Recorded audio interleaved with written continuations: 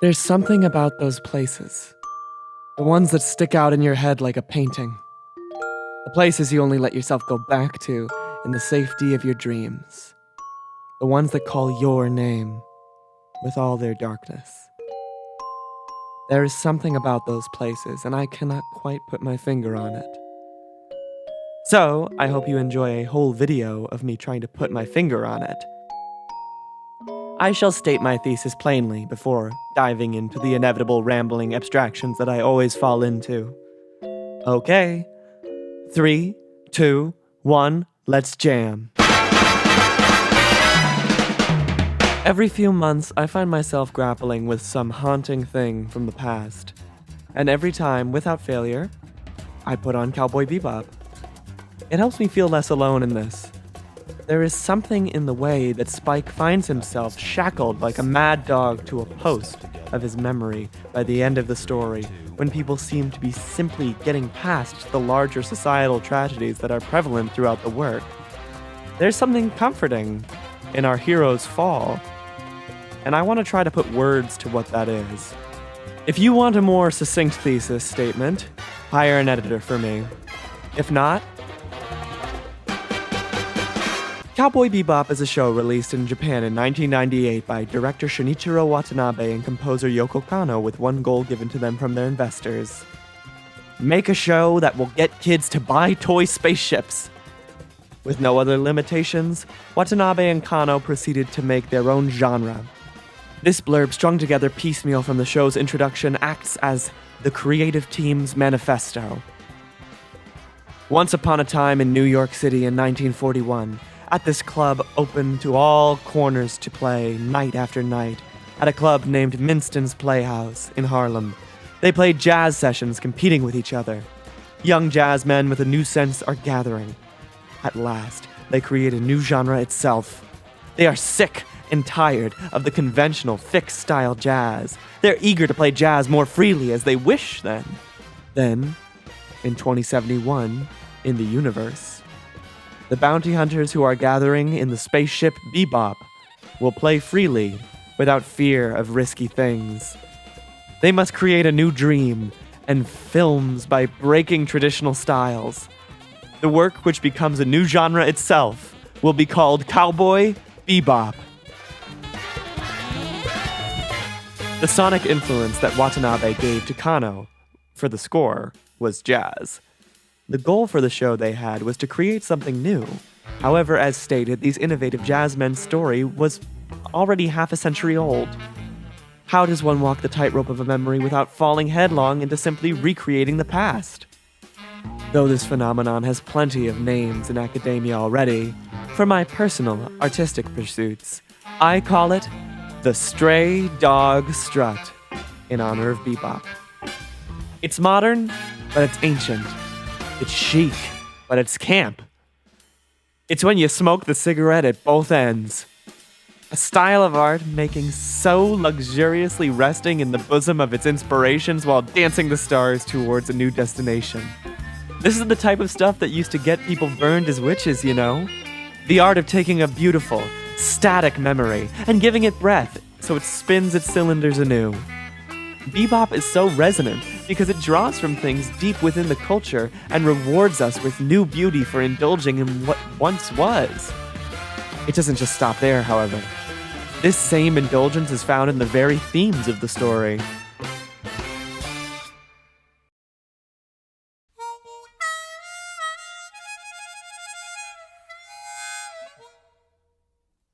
The show takes place in a bleeding universe with wounded characters.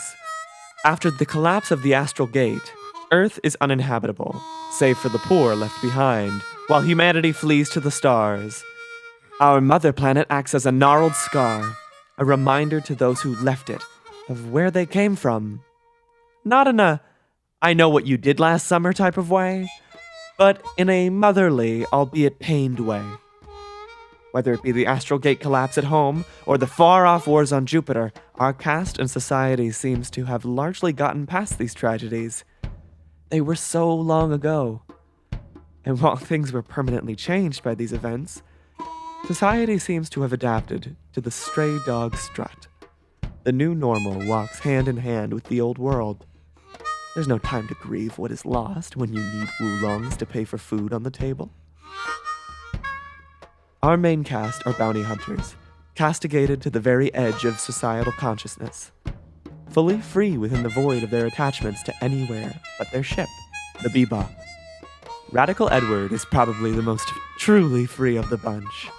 Too young to really feel the scars of the world, this child hacker prodigy finds delight in careening like an asteroid right through the lives of the more jaded adult cast. Temporary, yet unforgettable. Jet Black is the dad of the ship. Having a deeply noir-influenced arc where he discovers the truth about his past and the betrayal of his partner, Jet almost seems worn out from all of the living he's done. Thus, the folks on the Bebop seem to act as a bit of respite for him, whether or not he'd like to admit it. Faye Valentine is the gunslinging gambler who has lost all memory of her past, until one day the crew finds a VHS with a message from a younger self. She was tricked into being frozen for years by a company who scammed her, and then was saddled with an unpayable debt, with even her name given to her. She was birthed into a world that was different and hostile to her. The stray cat seemed to have adapted, however, developing a set of claws to keep herself safe. Spike Spiegel is our protagonist, a man running from a violent past and a thought-to-be lost love. This line should sum him up perfectly. Look at my eyes, Faye. One of them is fake because I lost it in an accident.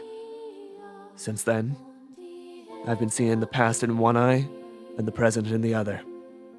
So I thought I could only see patches of reality, never the whole picture. A physical embodiment of the show's thesis. As you can see, all of the characters, save for Radical Edward, have an intimate connection with memory. They're trying to go on living, but something keeps pulling at them, daring them to look back, if only for an intoxicating moment. Jet and Faye manage to look back and then keep moving forward. But Spike sees something deep in that void. A string wrapped right around his heart that pulls him back to that place of violence. Julia.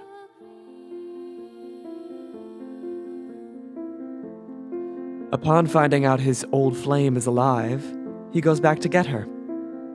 Yet when provided a chance to escape into tomorrow with her, he's already too drunk on yesterday, which costs Julia her life.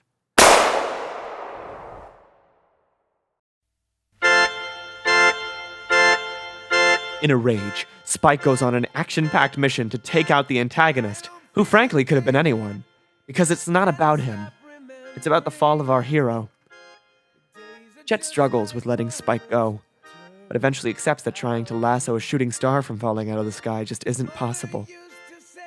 Faye threatens him to stay and to keep on living, but he tells her the previous quote. He's stuck in the trauma of the past, and continuing on living would be hollow compared to the hyper-violent emotions he used to live in all the time.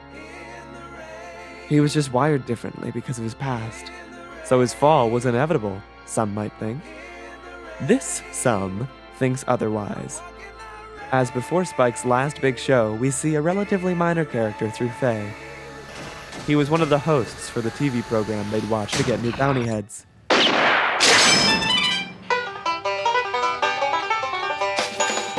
Hi, amigos! All 300,000 bounty hunters in the star system! How y'all doing? But he seems to have lost his job and a romantic lead with his co-host.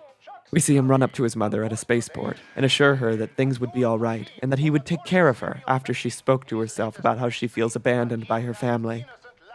He walks the stray dog Strut, living in the uncertainty of the future but carrying the pain and beauty of the past with him.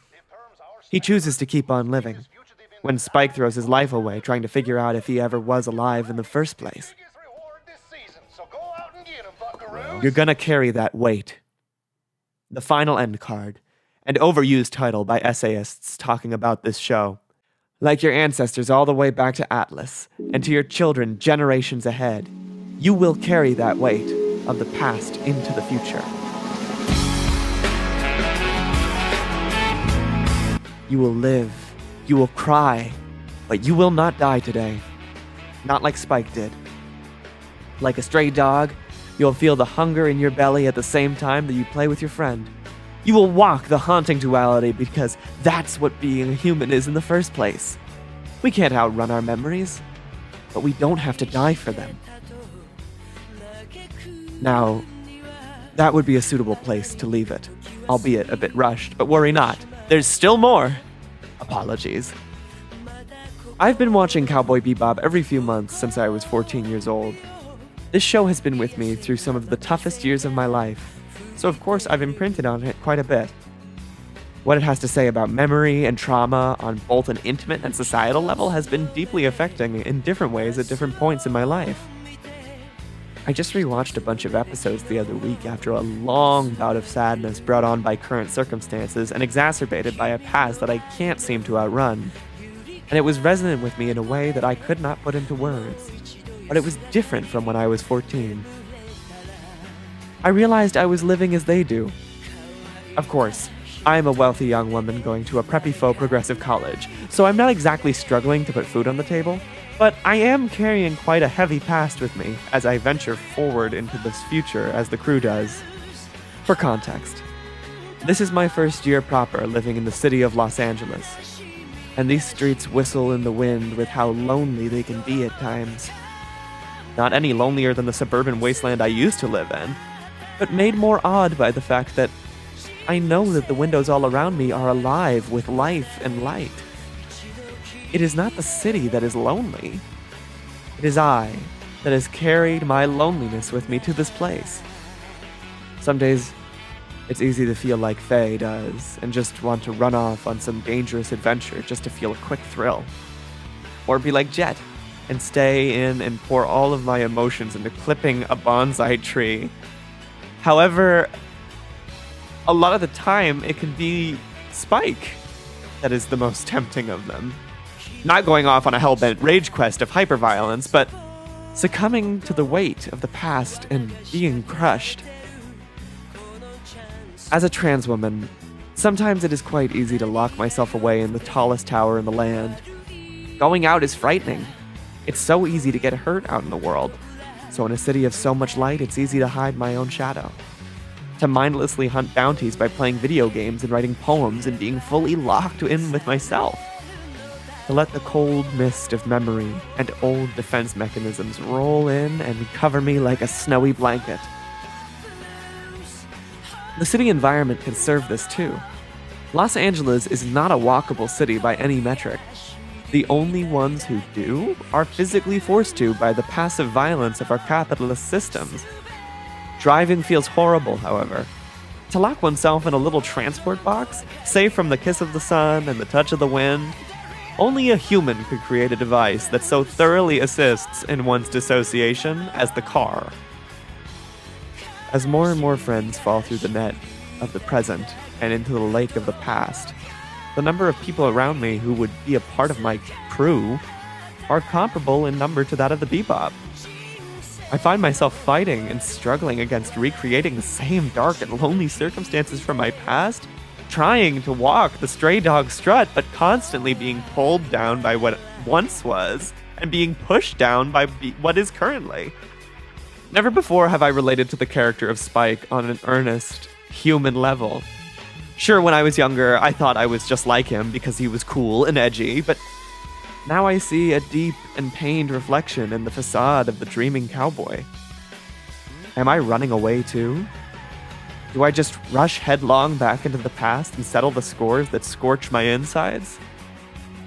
One thing that can be tempting is to fall into my privilege and just flee all of the horrors. I've finally been exposed to what people who have it worse than me have been experiencing for years. There's a character in a later episode named Cowboy Andy, whom essayists rarely analyze, but I thought I'd give it a shot if all he is a bit surface level. Andy serves as an ugly mirror to Spike, essentially being exactly like him, with the only difference being that Andy is incredibly wealthy and only does bounty hunting as a hobby, whereas Spike does it to put food on the table. Andy is an embodiment of another anxiety that I have in myself that I hope never comes to fruition. It's the idea of privilege dismantling the truly radical in exchange for comfort. A retreat into privilege to treat the world as your plaything rather than continuing to engage with the societal and intimate struggle in a meaningful way.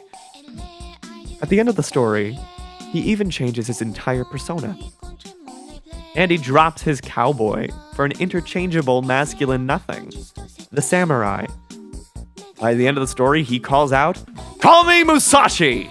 to a passing prison car as the end card reads out, "See you, Space Samurai." As mad as I can be at this guy, he has something that I am envious of. He seems to be extremely happy. And all of it is at the cost of turning his back on his fellow man, to become a caricature of a far more impactful character's worst qualities. I have the chance to live in this tallest tower forever, with every amenity that I could possibly want provided to me. I could go out and live in the real world for a change. But I can't keep doing what I'm doing, which is living up in the tallest tower in self-flagellation and silence, a doting sinner in a lost Bastille. I can't be like Spike. To be consumed by the weight of it all is just not in the cards for me. The intoxicating aroma of my past will not shackle me. I will learn to walk alongside it forward. I will walk the stray dog Strut. Though it is nice to indulge in fantasy of raging against the dying of the light. By watching this show, I'll take the lesson with me. Like the world around me, I'm gonna carry that weight. Every day, I will work to make it better for myself, my friends, and the communities around me and abroad. Except that I can carry the pain in my heart, but still pour it out to others anyway. Because love does not become brackish with hurt. Apologies if this essay is rambling and meandering. I know some people don't like jazz like this. Jazz without the pretty sounds, just the exploration, the creation. Jazz played more freely, as I'd wish. Playing freely without fear of risky things. A story that's ending and proceeding simultaneously. The grand unfolding of my existence displayed in a frame of film for people to digest. A memory, a moment, left in static beauty on the page. But when I stop, I'm going to keep breathing and living. I do not die with this last keystroke, nor am I born. So I'll see you around. I'd love to take a glimpse into others' infinities as they look into mine, dancing the stars together. Till then, see you, Space Cowboy. It's time to say goodbye. I know that in time it will just fade away. It's time to say